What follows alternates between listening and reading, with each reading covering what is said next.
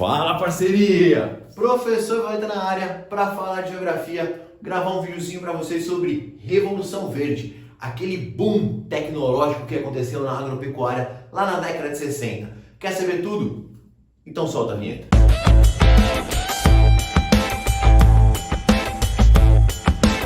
Vem com o pai, moleque, porque aqui é Geo Raiz, Geografia com lousa e giz, para a gente macetar mais um tema importante da geografia, tema que cai demais, que é falar sobre agropecuária, sobre a evolução da agropecuária.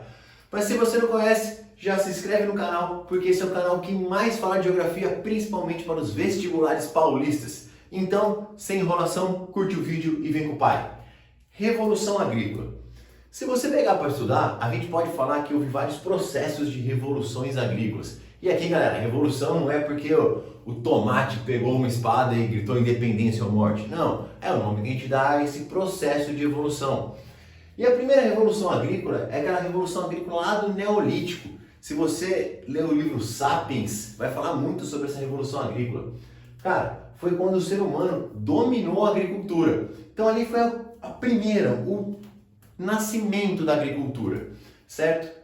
A gente vai poder falar também de uma revolução moderna da agricultura, que é lá no século XVIII. Aqui já tem um salto tecnológico, a gente vai começar a ter rotação de cultura, a gente vai aprimorar o uso de força animal no campo, a gente vai começar a ter as primeiras máquinas, moinhos, para ter esse avanço, mas o que a gente chama de revolução verde mesmo é isso daqui, ó, década de 60. Contextualizando comigo aqui, acabou a Segunda Guerra Mundial, começa esse processo de urbanização nos países subdesenvolvidos. Se você já estudou sobre transição demográfica, vai estar tendo aquele boom demográfico nos países subdesenvolvidos, um grande crescimento populacional. Se você não sabe do que eu estou falando, clica nesse vídeo aqui, transição demográfica, vai te explicar tudo o que você precisa. Então vamos lá, população crescendo e era necessário aumentar muito a produtividade no campo. Então, esse período vai ser quando a tecnologia vai ser usada de vez na agricultura. A gente pensava muito em tecnologia na indústria, em outros setores, mas na agricultura o grande salto tecnológico acontece aqui. Daí ganha esse apelido de Revolução Verde, para fazer um paralelo com a Revolução Industrial. Curto e grosso, o que é? É um grande avanço tecnológico. Cara, é o maior salto tecnológico que a gente teve da agropecuária. O que marca esse salto tecnológico? Primeiro, o uso dos agroquímicos. Valeta, o que é um agroquímico?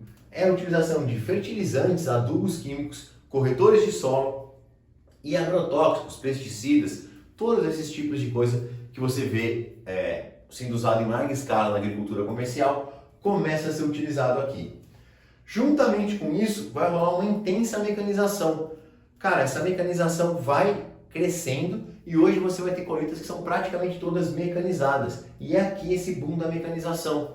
Eu te falei que estava rolando um processo de urbanização. Então, as pessoas indo para a cidade, é necessário que o campo produza com menos gente. Então, essa mecanização cola justamente nessa ideia.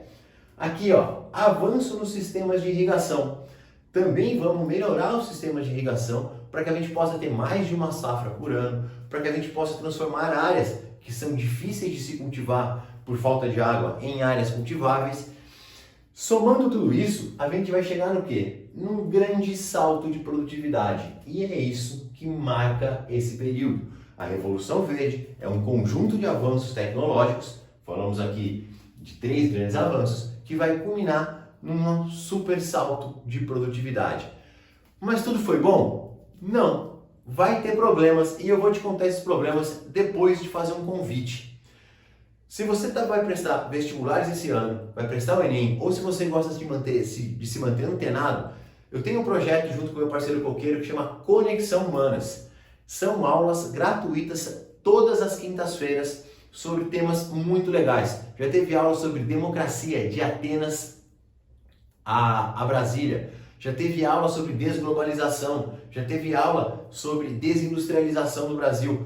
Sempre temas atuais que vai te ajudar, não só nas provas dos vestibulares, mas para você ser uma pessoa com mais assunto na hora de conversar com o crush. Então, vamos lá. Voltando para a aula. Link está aqui na descrição em algum lugar, você acha. Se você não achar o link, você não vai achar nada na sua vida, então confio em você.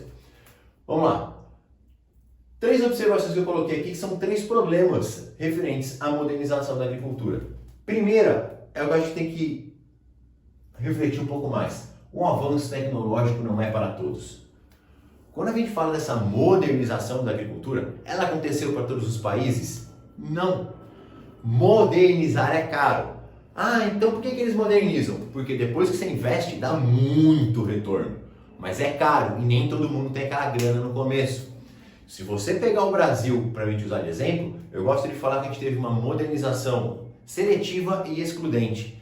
Porque apenas alguns setores conseguiram se modernizar, principalmente voltados para a exportação e em grandes propriedades. Os pequenos proprietários ficaram excluídos da modernização, porque eles não tinham grana para isso. De certa forma, esse é um processo que aumenta as desigualdades dentro do campo.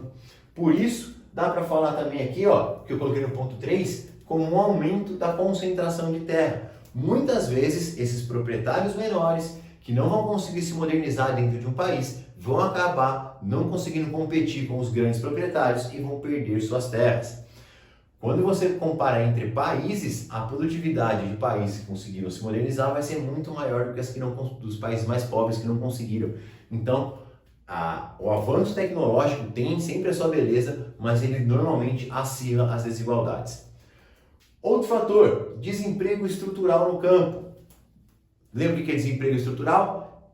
Desemprego estrutural é quando uma tecnologia substitui um posto de trabalho. É quando aquele posto de trabalho deixa de existir porque ele foi substituído por uma máquina.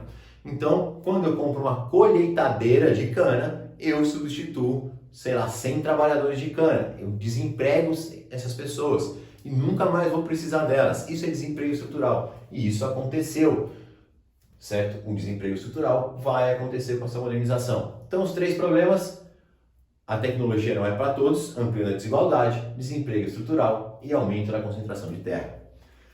Aqui eu quero dar só um salto tecnológico a mais, que é o que eu estou chamando de agrobiologia. Vou até te falar como pode aparecer. Se você pegar o material da Moderna, se você pegar o material do Ângulo, eles já distinguem a Revolução Verde e a agrobiotecnologia como um novo ramo, certo? Eu poderia ter colocado agrobiotecnologia, faltou um técnico aqui. Porém, alguns materiais ainda colocam como tudo junto. Vai caber de você interpretar isso.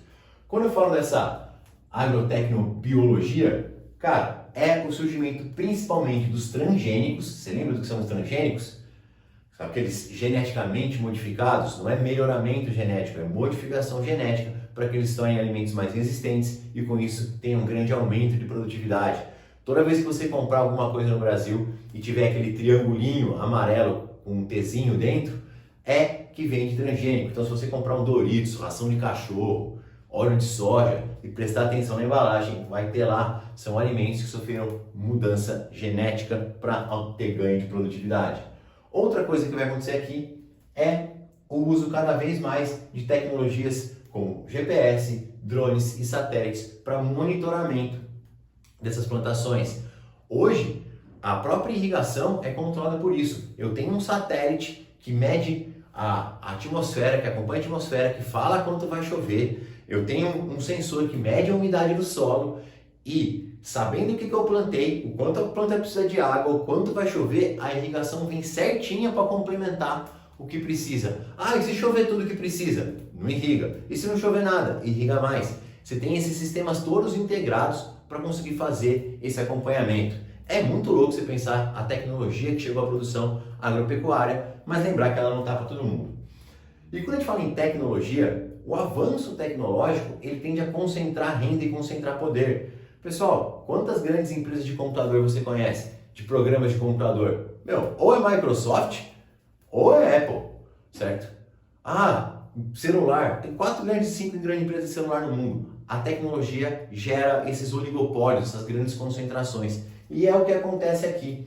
Hoje, poucas empresas, dá para listar aí 5, 6 empresas do mundo, como a Monsanto, a Bayer, a Syngenta, elas acabam, a Dunlop, elas acabam dominando a produção de ração, sementes e praticamente todos os insumos do campo. É impossível você produzir no campo sem essas 6 empresas. Então, por mais que você tenha avanço tecnológico, é sempre interessante saber que ele gera um oligopólio, ele gera uma concentração num grupo de poucas empresas. Certinho? Essa era a aula de hoje. Espero que você tenha curtido. Rapidinho, Revolução Verde. Você já curtiu o vídeo? Já compartilhou com seus amigos? Respira fundo. Não se esqueça que toda quinta-feira tem aula gratuita. Se inscreve aqui no link e bora pra facul.